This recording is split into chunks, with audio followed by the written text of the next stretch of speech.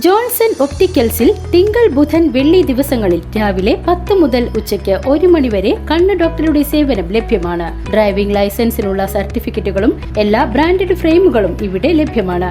കൂടാതെ ഡോക്ടർമാർ നിർദ്ദേശിക്കുന്ന എല്ലാത്തരം കണ്ണടകളും ജോൺസൺ ഒപ്റ്റിക്കൽസിൽ നിന്നും ലഭിക്കുന്നു. ജോൺസൺ കണ്ണട വ്യാപാരം ഡിവൈൻ ആശുപത്രിക്ക് എതിർവശം വടക്കാഞ്ചേരി. സാധാരണക്കാരെ ജപ്തി നടപടികളിൽ നിന്ന് ഒഴിവാക്കുവാൻ പരിശ്രമിക്കാതെ രാഷ്ട്രീയ മുതലെടുപ്പ് നടത്തുവാനാണ് കോൺഗ്രസ് ശ്രമിക്കുന്നതെന്ന് വെള്ളർക്കാട് സർവീസ് സഹകരണ bank president CM Abdul Nasar. സഹകരണ വകുപ്പിന്റെ നിയമമനുസരിച്ചുള്ള നടപടികളാണ് നടന്നുകൊണ്ടിരിക്കുന്നത്. കോൺഗ്രസ് നേതൃത്വം നൽകുന്ന ബാങ്കുകളിലും ജപ്തി നടപടികൾ നടക്കുന്നുണ്ട്. 10 വർഷത്തിനടുത്ത് ഭീമമായ കുടിശ്ശികയുള്ളവർക്കെതിരെയാണ് നടപടി. ബാങ്ക് ആരെയും കുടിയിറക്കുകയില്ല.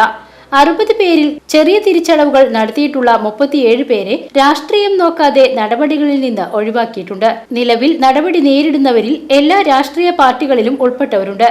എന്നാൽ രാഷ്ട്രീയ മുതലെടുപ്പിനായി ജനങ്ങളെ തെറ്റിദ്ധരിപ്പിക്കുകയാണ് കോൺഗ്രസ് ചെയ്യുന്നതെന്നും സാധാരണക്കാരായ നിക്ഷേപകരെയും വായ്പയെടുക്കുന്നവരെയും സംരക്ഷിക്കുന്ന നിലപാടാണ് ബാങ്കിനുള്ളതെന്നും അബ്ദുൽ നാസർ അറിയിച്ചു. ഇന്ന് ഇവിടെ നടത്തപ്പെട്ടിട്ടുള്ള സമരവും സമരനാടകങ്ങളുമെല്ലാം പാവപ്പെട്ട ജനങ്ങളെ തെറ്റിദ്ധരിപ്പിച്ചുകൊണ്ട് ബാങ്കിനെതിരെ ഇറക്കിവിടാമെന്നുള്ള രാഷ്ട്രീയ മുതലെടുപ്പിന്റെ ഭാഗമായിട്ടുള്ളതാണ്. തികച്ചും രാഷ്ട്രീയം മുൻനിർത്തിയിട്ടുള്ളതാതെ സഹകരണ ബാങ്കിന്റെ നിയമങ്ങളോ തത്വങ്ങളോ ഒന്നും മനസ്സിലാക്കാതെയുള്ള നടപടികളാണ് ഇന്നിവിടെ ഉണ്ടായിട്ടുള്ളത്.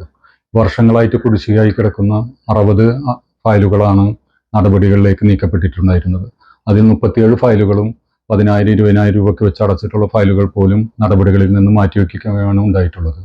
എന്നിട്ടും അവരെ തികച്ചും ന്യായമല്ലാത്ത കാരണങ്ങൾ പറഞ്ഞ് ഈ സാധാരണക്കാരെ വഴിതെറ്റിക്കുന്ന രീതിയിലാണ് ഇന്ന് ബാങ്കിന് മുന്നിൽ സംഘടിപ്പിക്കപ്പെട്ടിട്ടുള്ളത്. News bureau, Erumapetty.